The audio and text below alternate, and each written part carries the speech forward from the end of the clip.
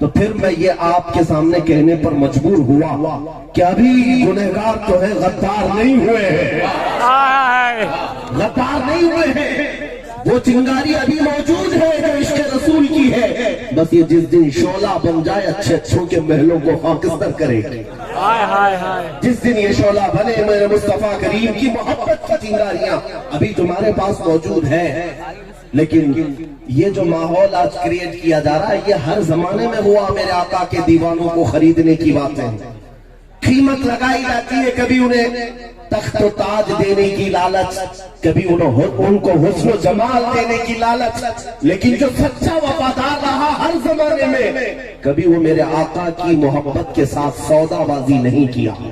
سودے بازی نہیں کیا۔ خالد بن ولید سیف اللہ المسلول، میرے آقا کے وہ جوان سال صحابی کہ جس میدان میں جاتے تھے فتح کا جھنڈا گاڑ کر واپس آتے، ایک عیسائی قلعے کا انہوں نے محاصرہ کر لیا تھا ایک ملک میں، اور عیسائی اندر موجود تھے پورے قلعے کے اندر، کئی دن تک یہ گھیراؤ چلتا رہا، جنگ نہیں ہو رہی تھی لیکن صرف محاصرہ تھا۔ اندر عیسائیوں کے بڑے پادری نے یہ مشورہ کیا کہ یہ جو لڑنے ہمارے ساتھ آیا یہ خالد بن ولید ہے، اس سے لڑنا آسان بات نہیں، اس کے ساتھ جو لشکری آئے سب کے سب جوان ہیں، ایک کام کرتے ہیں ہم دوسری ترکیب سے انہیں شکست دے دیں گے۔ خالد بن ولید کی فوج کو شکست دینے کے لیے ان ظالموں نے کیا پلان بنایا، کہا 3 دن کے بعد خالد بن ولید کو ان کی فوج کے ساتھ بازار سے بلاتے ہیں، اگر وہ صحیح سلامت قلعے تک آ گئے تو قلعے کی چابیاں ان کے حوالے کر دی جائیں گی۔ سارے عیسائیوں نے پوچھا کہ ایسے کیسے دے دی جائے گی؟ کہا میں ایک ترکیب سوچا ہوں، شہر کی جتنی حسین و جمیل لڑکیاں ہیں اور جتنا مال ہے وہ سب راستے پر جمع کر دو، عورتوں کو لگا دو اور زر و جواہرات بچھا دو، جب یہ نوجوان گزرتے ہوئے آئیں گے یہ کبھی مال و دولت لوٹیں گے، کبھی حسن و جمال کے چکر میں پڑ جائیں گے، ہم آسانی سے ان پر قابض ہو جائیں گے، اس لیے کہ ہر جوان کے اندر ایک نفس ہوتا ہے جو فوراً عورتوں کی طرف اٹھ جاتا ہے۔ تو خالد بن ولید کو بلا کر کے وہ عیسائی راہب کہتا ہے خالد ہم تم سے لڑنا نہیں چاہتے، بس 3 دن کے بعد اپنے نوجوان لشکریوں کو لے کر اس بازار سے گزرتے ہوئے آ جاؤ، اگر صحیح سلامت تم پہنچ گئے تو سارے قلعے کی چابیاں تمہارے حوالے۔ خالد بن ولید نے کہا ٹھیک ہے مجھے منظور ہے۔ 3 دن کے بعد جب وقت مقرر آیا حضرت خالد بن ولید اپنی فوج کو لے کر گزرنے والے تھے اس بازار سے، بازار میں داخل ہوتے ہی جیسی ہی آپ کی نظر وہاں پر پڑتی ہے اور یہاں لباس میں حسیناؤں کو کھڑا کیا گیا ہے، زر و جواہرات بچھایا گیا ہے، حضرت خالد بن ولید نے اپنی فوج کو روک لیا، نوجوانوں کو روک کر کے ایک تقریر کی اور کہا اے نوجوانوں، اے رسول اللہ کے دیوانوں، آج تمہارے امتحان کی گھڑی ہے، اگر تمہارا قدم ڈگمگا گیا تو قیامت تک آنے والی نسلیں تمہیں لعنت برسائیں گی، اور اگر تمہارا قدم جما رہ گیا تو قیامت تک تم پر رحمت و انوار کے پھول برسائے جائیں گے۔ خالد بن ولید کی فوج نے پوچھا کہ اے سپاہ سالار ہمیں کرنا کیا ہے؟ خالد بن ولید نے کہا کچھ نہیں کرنا ہے، بس اتنا کہ بازار سے گزرو تو اپنی آنکھیں نیچی کر کے چلو، یہ میرے مصطفیٰ کی سنت ہے۔ رسول اللہ صلی اللہ علیہ وسلم جب بھی مدینے کے بازار میں جاتے اپنی آنکھیں نیچی کر کے چلتے تھے، اے جوانوں آج تم بھی بازار سے جاؤ اپنی آنکھیں نیچی رکھنا، بس اس سے زیادہ کچھ کرنے کی ضرورت نہیں۔ خالد بن ولید کی تقریر نے یہ اثر دکھایا کہ وہ پورے نوجوان لشکری بازار سے گزرتے گئے، وہ حسینائیں، وہ خوبصورت رنگین عورتیں اپنی طرف اپنے دامے قریب میں پھنسانے کی دعوت دیتی رہی، لیکن مجال ہے کہ رسول اللہ کا ایک بھی نوجوان لشکری ان کی طرف چہرہ اٹھا کر دیکھتا ہو، دیکھا نہیں، یہاں تک کہ گزرتے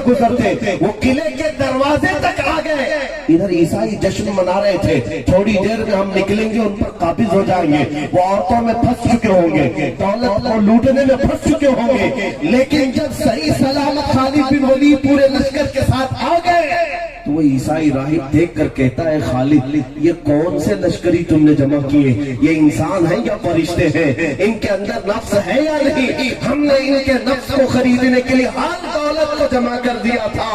لیکن یہ سب کو ٹھوکر مارتے یہاں تک کیسے چلے آئے؟ خالد بن ولید نے اس وقت یہ کہا تھا اے عیسائی راہب تو دھوکے میں تھا، ان نوجوانوں کو خریدنے کی کوشش کر رہا تھا جن کی آنکھوں میں پہلے سے حسن مصطفیٰ پہلے سے جن کی آنکھوں میں حسن مصطفیٰ بسا ہو، وہ بھلا دنیا کے حسن پر کیا اپنی آنکھیں چار کر سکتے ہیں؟ عزیزان گرامی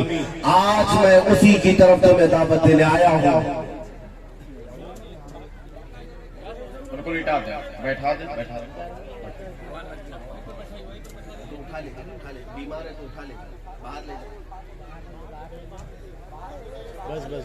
درود پاک پڑھ لیں۔ اللہم صلی علی سیدنا مولانا محمد معدن الجود والکرم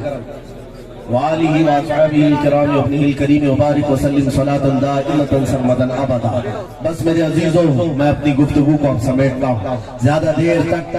آپ کو یہاں پر مجبور نہیں کروں گا اور نہ ہی اکتاہٹ میں ڈالوں گا۔ دو چیزیں میں نے آپ کے سامنے رکھی، اگر نبی پاک صلی اللہ تعالیٰ علیہ وسلم کی محبت تمہارے سینے میں ہے اور ان کو دیکھنے کی طرف موجود ہے تو میں یقین کے ساتھ کہتا ہوں دنیا تمہاری کیا تمہاری جوتیوں کی بھی قیمت نہیں لگا سکے گی، کوئی تمہاری بولی نہیں لگا سکے گی۔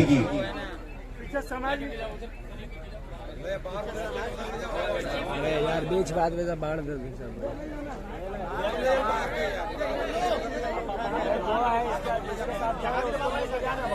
والنٹیئر حضرات اس لے جا رہے ہیں، آپ خاموشی اختیار کریں انشاءاللہ تعالی۔ ہاں آپ حضرات بیٹھ جائیں، آپ توجہ رکھیں، میرے آقا صلی اللہ علیہ وسلم کا ذکر چل رہا ہے، حضور سے جو محبت کرتے ہیں وہ ہمتن گوش ہو کر تھوڑی دیر خاموشی اختیار کر لیں۔ نبی پاک صلی اللہ تعالیٰ علیہ وسلم کا ذکر ہے، جب مصطفیٰ کریم کا ذکر ہوتا ہے تو فرشتے بھی ان محفلوں میں آ جاتے ہیں، فرشتے بھی ان محفلوں میں آتے ہیں۔ یقیناً حدیث پاک کی روشنی میں اس محفل پر بھی فرشتے اپنا سایہ کیے ہوئے ہیں۔ نبی پاک صلی اللہ تعالیٰ علیہ وسلم کا ذکر جمیل ہے۔ آؤ میرے عزیزوں میں اپنی گفتگو کو سمیٹتا ہوں۔